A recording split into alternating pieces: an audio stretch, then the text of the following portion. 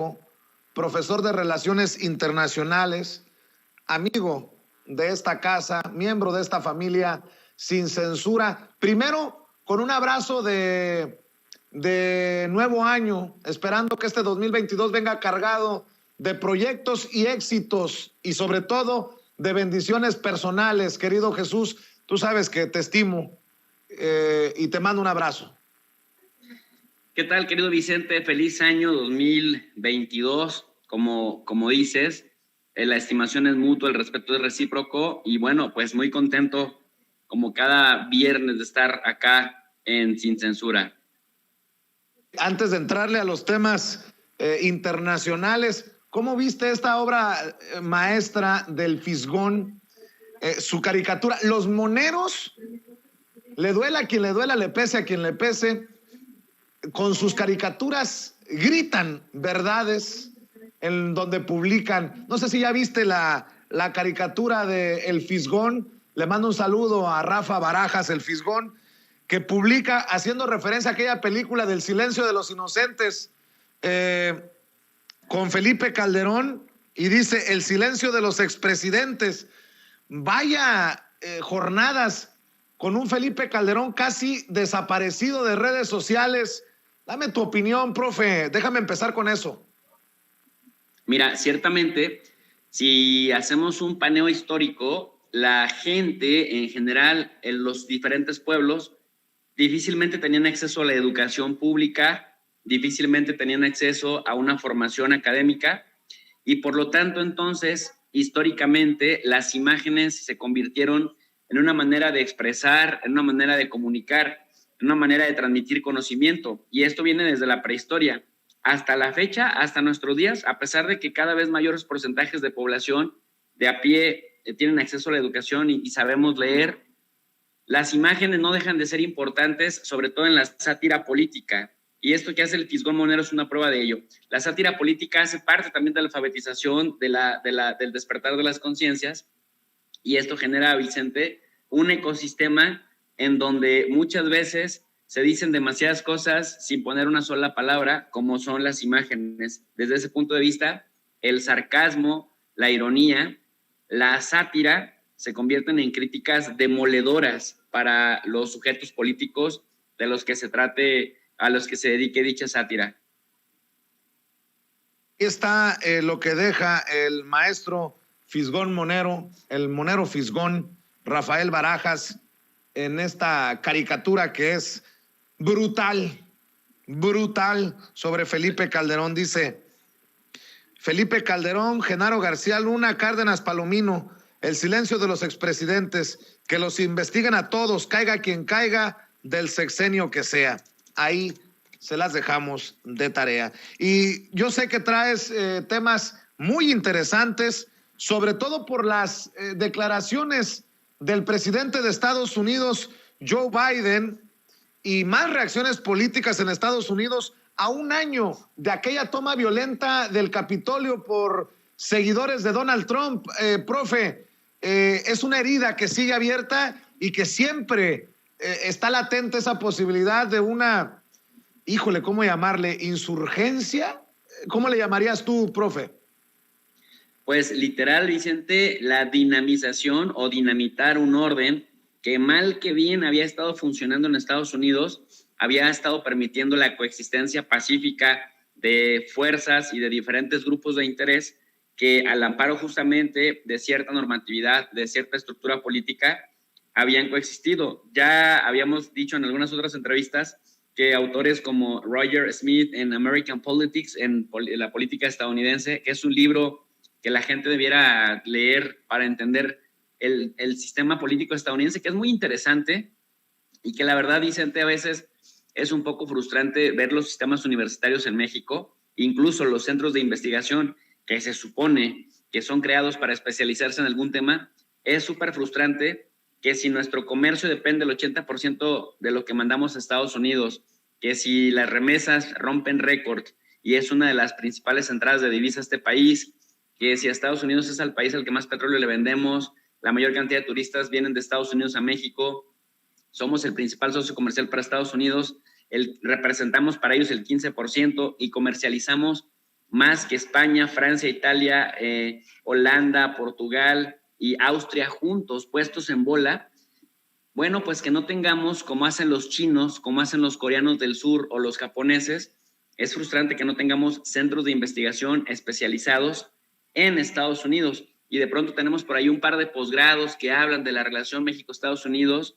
Por ejemplo, en la UNAM me parece que hay en la Facultad de Ciencias Políticas, pero fuera de esos esfuerzos, sería muy importante entender por qué lo que dijo el presidente Joe Biden y por qué lo que dicen personajes como la congresista Ilhan Omar o Alexandria Ocasio-Cortez o Vicente González, el congresista de Texas, de cómo vivieron desde adentro esta historia surrealista que parecía, Vicente, que estábamos viendo una película de Marvel, una película hollywoodense, en donde los extraterrestres o en donde los bárbaros o en donde los zombies o en donde cualquier, digamos, adjetivo que le queramos poner, llegaban al Capitolio. Y esto de verdad parecía una película de Marvel, tú lo recordarás, pero además el presidente de los Estados Unidos, sin haber documentado que hubo fraude, pues alentando a las masas a que impidieran que, por otro lado, Mike Pence, que fue, digamos, el más institucional de todos ellos, validara la elección que diera como resultado, pues, el triunfo de Joe Biden y la formalización de su presidencia electa. Y en ese contexto, me parece que se corrió el riesgo enorme de que se rompieran los últimos hilos de algo que vienen arrastrando republicanos y demócratas desde hace mucho tiempo, que es lo que decía Roger Smith, y por eso hacía referencia a ese libro, y por eso lamentaba un poco que desde México no hubiera esfuerzos serios en estudiar a fondo el sistema político de Estados Unidos, porque habla de una guerra civil institucional, puesto que una guerra civil armada sería autodestructiva completamente. Entonces habla de una guerra civil institucional que hace que cada vez más tanto republicanos como demócratas estiren la cuerda al punto de evitar, pues, el no retorno. Y parecía lo que vimos, lo que observamos millones de personas en el mundo ese 6 de enero del año 2021 era justamente la tensión de la cuerda, que incluso, Vicente, llegó a indignar a muchos republicanos. Y aquí, y con esto cerraría, digamos, esta reflexión, y aquí viene un tema más importante y más preocupante, y que quede, ahora sí que dile a don David que nos grabe, porque esto que voy a decir me parece importante para el año 2024. Y es que, a pesar de que en un principio muchos republicanos se indignaron con Donald Trump, pues resulta que hoy en día hasta el 75% de la gente que dice simpatizar con el Partido Republicano, uno, cree que hubo fraude, cree que Joe Biden es un presidente fraudulento, y dos, cree que Donald Trump sería el candidato ideal de los republicanos para volver a contender en el año 2024. ¿Y qué les ha estado pasando a la gente en estados como Michigan, como Georgia o incluso en Nevada? En estos estados bisagra, en donde se definió la elección por los votos electorales que aportaron, pues prácticamente o ya no se van a reelegir, ya no son dignos de elección por el Partido Republicano, o ya no tienen futuro político. Dicho de otra manera, Donald Trump ha venido apretando las tuercas de tal suerte que, aunque parece un individuo arrinconado por el fiscal, por ejemplo, de Nueva York, que ha citado a Trump y a toda su familia, principalmente a Donald Trump Jr. y a Ivanka Trump, para que respondan por acusaciones de fraude y de evasión fiscal, porque, bueno, también sabemos que Trump no era transparente con el tema de sus impuestos. A pesar de todos esos obstáculos y adversidades, pues resulta que Trump ahorita, en este momento, es el candidato o el precandidato, faltando 3 años para que eso suceda, más fuerte y más sólido del Partido Republicano. Con lo cual, bueno, a pesar del desgaste que tiene a nivel nacional y los negativos que tiene a nivel nacional, por el hecho de que Joe Biden tampoco repunte, pareciera que Donald Trump podría contender con posibilidades serias de reelegirse o por lo menos de ser un candidato competitivo en el 2024, lo cual, pues imagínate, un escenario de ganar, cortaría muchas cabezas, porque él lo que está haciendo ahorita, está haciendo una limpia, una especie de purga en el Partido Republicano con aquellos funcionarios, incluso contra Mike Pence, contra aquellos funcionarios que no le demostraron lealtad al 100 en el contexto del fin de su administración, Vicente. Oye, profe, aprovechando que estamos hablando de Estados Unidos, ¿cómo ves la insistencia del presidente Andrés Manuel López Obrador hoy en la mañanera, planteamiento de Nancy Flores de que contesten la nota enviada sobre el financiamiento a mexicanos contra la corrupción y la impunidad por parte de instituciones gringas? Dice el presidente que no han respondido, pero que se va a seguir insistiendo. Mira, hay que decir que no es nuevo, no es de ahorita. Estados Unidos tiene una ley desde 1962, una ley de ayuda externa, y las organizaciones que se registran como no lucrativas, tanto de Estados Unidos como del mundo, a través de la USAID, pues también son candidatas a recibir financiamiento. Entonces, Mexicanos contra la Corrupción o algunas otras, como Artículo 19 o algunas otras que históricamente vimos en México como parte de esa sociedad civil organizada, no es la primera vez y no sería el único sexenio en el que reciben financiamiento, porque como bien lo estoy señalando, desde 1962 está esta práctica. Entonces, si bien es cierto que no deja de llamar la atención que el hecho de que quien te financia, que quien te patrocina, te marca pauta o te marca línea de los temas que le interesa que impulses, pues también es cierto que no empezó ahora. Es decir, no sé cómo se vea Vicente con el vaso medio lleno, medio vacío. ¿En qué sentido? De que lo podemos ver con que es grave que lo que esté sucediendo ahora, pero a lo mejor es más grave que ya está sucediendo desde hace mucho tiempo. O quizá alguien diga, bueno, no es para tanto, ha recibido siempre financiamiento desde que empezaron a fundarse, o pues lo grave es que justamente en este contexto están desatados. Mira, por ejemplo, hay una organización alemana también que se llama Konrad Adenauer, que de pronto la tienen secuestrada y algunas mafias de grupitos del CIDE, de la Universidad de Guadalajara, etcétera, y que apoya eventos y les marca líneas, les dice, tienes que impulsar los intereses de Alemania en México, y les manda dinero para financiar congresos, para financiar eventos, en donde por supuesto resalte el interés de la política exterior alemana y los vínculos de cooperación con México. Entonces, algo parecido es a todas estas organizaciones que el Departamento de Estado de Estados Unidos les baja financiamiento. Bueno, desafortunadamente perdimos momentáneamente al doctor Jesús López Almejo, tu profe de RI, a ver si logramos reconectar con él. Profe, te perdimos momentáneamente, te seguimos escuchando. Gracias, querido Vicente. Entonces, comentaba que incluso llegaron estas organizaciones a requerir perfiles de procuración de fondos, y la procuración de fondos consistía en pedirle a gobiernos extranjeros o a organizaciones del exterior financiamiento para sus propios proyectos. Entonces, va por ahí un poco el asunto, Vicente. Pues qué interesante lo que nos estás mencionando. Y para cerrar, profe, me comentabas que hay que ponerle un ojo a lo que está pasando al otro lado del mundo. Rusia envía tropas a Kazajistán para controlar protestas contra el gobierno aliado. Cuéntanos, profe. Pues mira, resulta que en Kazajstán, en el contexto de la pandemia, pues ha habido también alta tasa de desempleo, ha habido también un incremento de los precios de los hidrocarburos, principalmente del petróleo y del gas licuado, y esto generó protestas, que la gente saliera a las calles a protestar.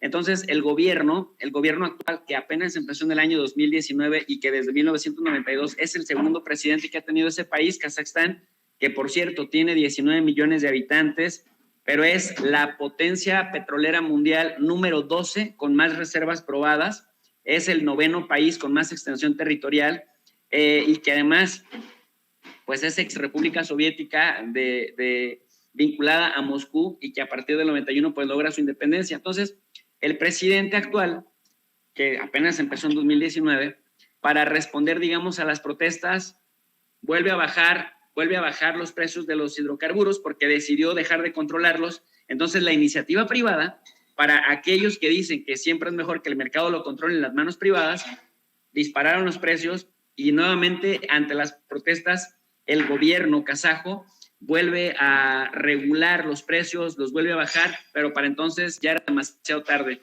La gente estaba encabronadísima, salió a las calles, empezó a haber mucho desorden. El gobierno kazajo, todavía para limar asperezas, destituye a todo su gabinete, pero la gente ya no retrocedió. Y es que al primer presidente, a Nur Sultán Nazarbayev ya lo habían destituido justamente con esta maniobra, con esta estrategia en 2019, pero aún así muchas cosas no cambiaron.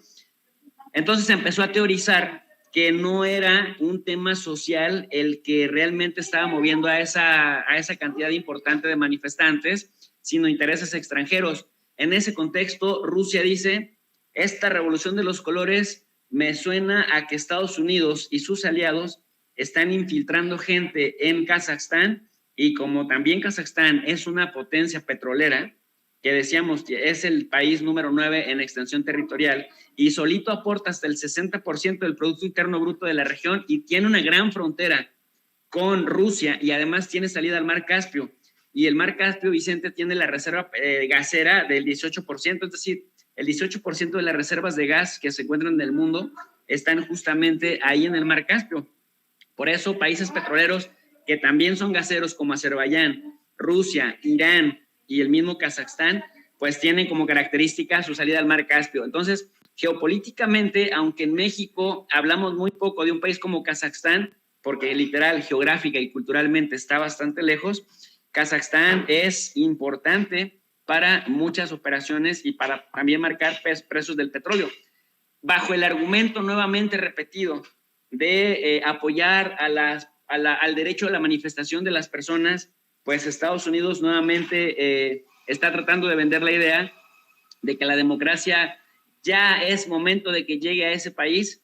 Y bueno, pues como Rusia lidera una alianza militar con Kazajstán, con Bielorrusia, y con unos países de la región, con Azerbaiyán, incluso con Armenia, les dicen, es un alto hasta aquí, no queremos influencia extranjera que desestabilice gobiernos. Y hace como unos 8 días, el presidente ruso Vladimir Putin había soslayado que Estados Unidos era un país que iba por ahí rompiendo el tejido social de los países para luego, una vez que estaban vulnerables, empezarlos a financiar, para luego sujetarlos a que la normatividad que construían después de la reconstrucción les favorecía prácticamente a los intereses estadounidenses. Pareciera que es el caso de Kazajstán y es a lo que se está oponiendo en este caso la Rusia de Vladimir Putin, Vicente. Muy bien, pues estaremos al pendiente de este y otros temas, profe, y también estamos al pendiente de lo que estás haciendo en tu canal. ¿Por qué no cerramos invitando a las miles de personas, más de 15,000 personas conectadas en vivo y en directo en Sin Censura, a tu profe de RI? Claro que sí, Vicente, muchas gracias. Pues a todas las personas amantes de la geopolítica y de las relaciones internacionales, a todas aquellas personas que les interesa saber cómo se organiza el mundo, les invitamos al canal de Tu Profe de RI. Transmitimos todos los días de lunes a viernes a las 4:30 de la tarde y a las 10:30 de la noche, justamente sesiones gratuitas, universitarias, de relaciones internacionales y geopolítica, con una lectura en formato PDF completamente gratis incluida, para que socialicemos la educación en aras del nivel de análisis en las redes sociales, Vicente, porque cada vez identificamos que los medios tradicionales empiezan a tener también sus propios canales y empiezan a reproducir la misma dinámica morbosa de comunicación y de infodemia que tenían en sus medios tradicionales, en la radio, en la televisión y en la prensa escrita. Bueno, también lo han ido acomodando al internet y a las redes sociales, y bueno, pues queremos hacer ese contrapeso y que la gente pues finalmente tenga más herramientas para el despertar de las conciencias y deseamos para elevar el nivel de análisis en las redes sociales,